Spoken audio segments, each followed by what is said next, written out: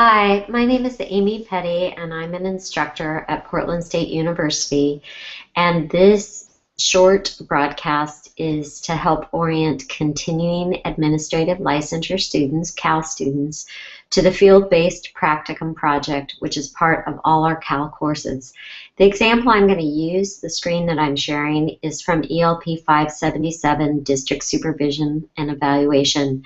But the Field Practicum project is a component of all our courses, so hopefully this is transferable for those of you enrolled in other courses as well. So one of the first things you do in a CAL course is you want to select a meaningful and appropriate field-based practicum project. Meaningful to you, meaningful to your district. Appropriate meaning that it's connected to the course content of the CAL course you're enrolled in. You're going to demonstrate your learning and your leadership through this project. It needs to have approval and supervision of a district level administrator.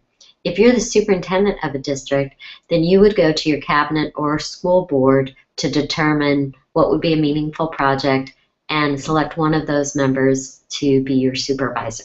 Otherwise, if you're a principal, assistant principal, program director, you're looking for a higher level administrator to be your supervisor, to guide you in the selection and implementation of the project, and to eventually evaluate and sign off on the signature page.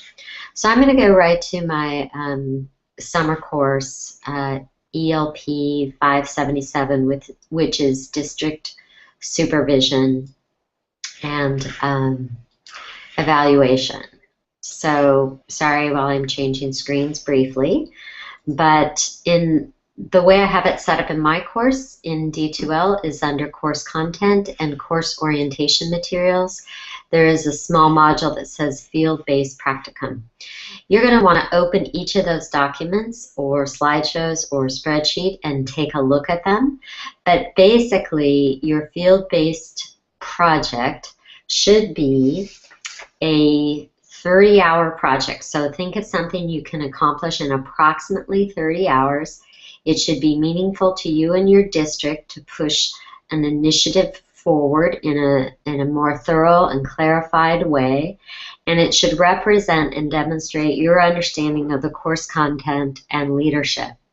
The project has 4 parts. It has a summary or abstract component. In my courses, I ask you to make a narrated slideshow or submit a paper, and that slideshow should include information about what you did, why it was important or significant to your district, and how you spent your time, and what you learned. You are going to want to cover that in 5 slides in a narrated slideshow or in 5 paragraphs in a paper. In D2L, I've given you some suggestions based on current trends and past projects that have been successful and meaningful for districts and students. You're also going to submit an hourly log. How did you spend your time? You must spend a minimum of 30 hours on this project. That can include conversation time with colleagues, focus groups, meetings, research time, evaluation and critical review of policy within your board, and then of course creation of any project. You're going to include any artifacts you create. So if you're going to review and evaluate the classified evaluation system for your district, or look at supervision and evaluation policy or practice within the district, you're going to create some kind of document about that. You're going to make a recommendation. It might be a presentation to the board. It might be a calendar and timeline of how to roll out a change practice. But you're going to create an artifact or 2, and you would submit those as well to show that you've actually done something with your project. And then the final thing you will submit is a signature page with a scoring guide. I'm going to go ahead and open that live out of this.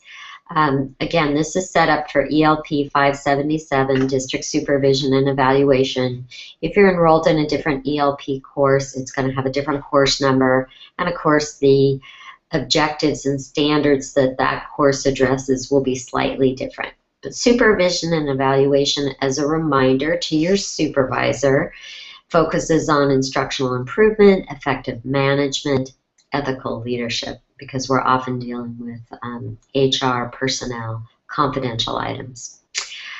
What your supervisor does is they approve the abstract, or sort of the idea behind your project. That can be written or verbal.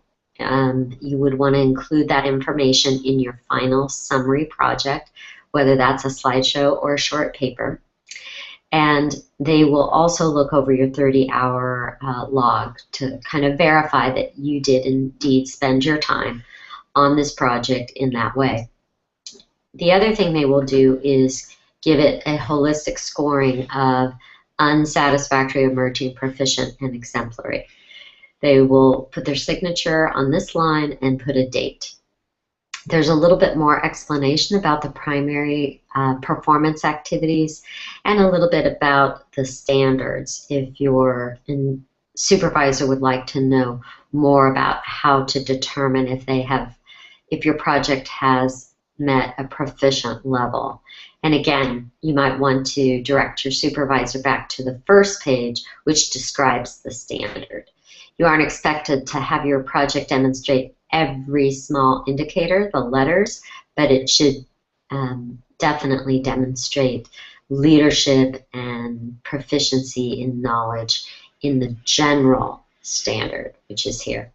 If you have other questions about your field project, if you want to discuss when to start, if you have some ideas, run that past your instructor. For me, the best way to reach me would be via email.